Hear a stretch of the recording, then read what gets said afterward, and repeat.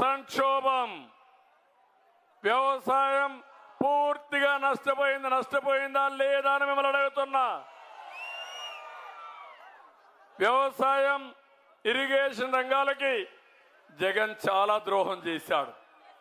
రైతు అనేవాడు ఎవరైనా జగన్మోహన్ రెడ్డి ఓటేస్తాడా తమ్ముళ్ళు అని మిమ్మల్ని అడుగుతున్నా. రైతు కూలీ ఓటేస్తాడా అని మిమ్మల్ని అడుగుతున్నా.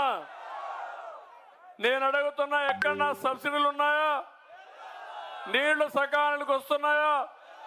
గిట్టుబాటు ధర వస్తా ఉందా? 7,500 రూపాయలు డబ్బులు ఇచ్చేసి అది కూడా 12,500 ఇస్తానన్న దొంగ 7,500 ఇచ్చి 6,000 రూపాయలు గవర్నమెంట్ ఆఫ్ ఇండియా ఇస్తే అది కూడా నేనే ఇచ్చానని తప్పుడు సమాచారం చెప్పి వక్ర బుద్ధి కలిగిన వ్యక్తి ఈ జగన్మోహన్ రెడ్డి. ఎవరికో బిట్టిన బిడ్డ నా బిడ్డ అని చెప్పి తప్పుడు వ్యక్తి ఈ జగన్మోహన్ రెడ్డి. అవునా కాదా? మనం కట్టిన ఇళ్లకు రిబ్బన్ కట్ చేసి పెయింట్లు వేసుకొని ఇష్టానుసారం ముందుకు పోయిన వ్యక్తి ఈ వ్యక్తి. నేను అడుగుతున్నా, ఈరోజు ఈ రాష్ట్రంలో పెద్ద ఎత్తున రైతులు సంక్షోభంలో ఉన్నారు. దేశంలోనే ఎక్కువ అప్పుండే రాష్ట్ర రైతాంగం ఆంధ్రప్రదేశ్లో ఉన్నారు. ఒక రోజున 3 చొప్పున ఆత్మహత్యలు చేసుకునే పరిస్థితి వచ్చారు. సాగును పూర్తిగా నాశనం చేశాడు. ఎలాంటి జిల్లా అంటే ఈ జిల్లా కాటన్ దొర ఎక్కడి నుంచో వచ్చాడు. వచ్చి ధవళేశ్వరం బ్యారేజ్ కట్టాడు. మీ గుండెల్లో పెట్టుకున్నారు ఆయన్ని. కారణం, ధవళేశ్వరం బ్యారేజ్ కట్టి కరువులో ఉన్నటువంటి ఈస్ట్ గోదావరి, వెస్ట్ గోదావరి జిల్లాని డెల్టాగా తయారు చేసి అన్నపూర్ణగా మార్చి దేశానికి అన్నం పెట్టిన జిల్లాలు ఈ జిల్లాలు. అవునా కాదా? అది కృతజ్ఞత. అలాంటి మీరు ఈరోజు మీకు తిండికి లేని పరిస్థితి, దెబ్బతినే పరిస్థితి, రైతు అనేవాడు మొత్తం చితికిపోయే పరిస్థితి వచ్చింది. అది నా బాధ. నేను ఒకటే అడుగుతున్నా, ఆ రోజు కాటన్ ద్వారా ధవళేశ్వరం బ్యారేజ్ కడితే బైఫర్కేషన్లో పోలవరం కట్టే మనకు అవకాశం వస్తే అన్ని క్లియరెన్సులు తెప్పించి 72% పనులు పూర్తి చేసిన పార్టీ తెలుగుదేశం పార్టీ.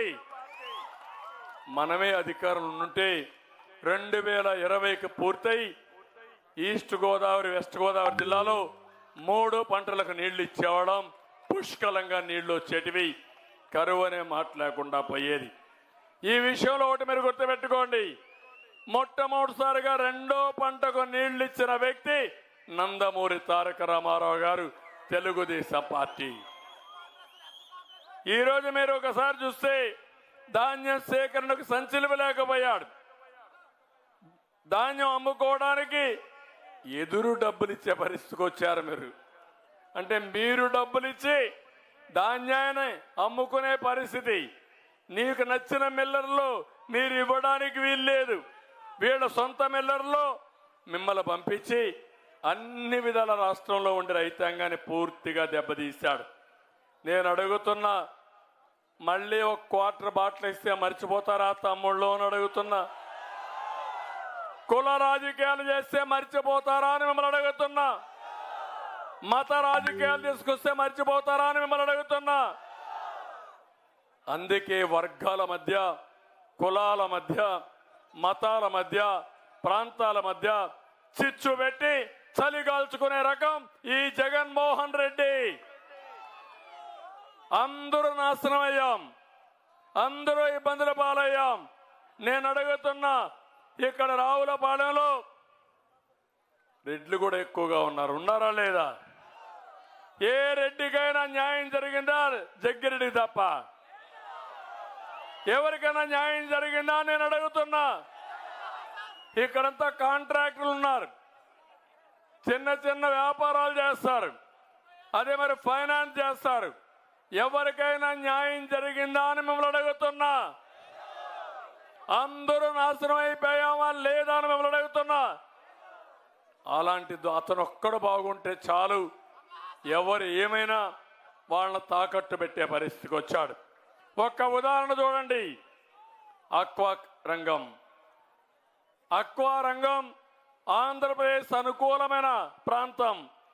2 లక్షల ఎకరాల ఆక్వా రంగం ఉంది. దేశంలోనే ఎగుమతులకు మొదటి ప్లేస్ ఇది. ఈయన వస్తానే ఖర్చు 3 రెట్లు పెరిగింది. మద్దతు ధర రావడం లేదు. ఫీడు, మందులు, కరెంటు బిల్లు, సెస్ అన్ని పెరిగిపోయినాయి. 300 కరెంటు బిల్లు 1200 వచ్చింది. ఇప్పుడు ఆయనకు 200 కరెంటు బిల్లు 1000 రూపాయలు వచ్చింది. ఆక్వా రంగం అయితే కూలిపోయింది.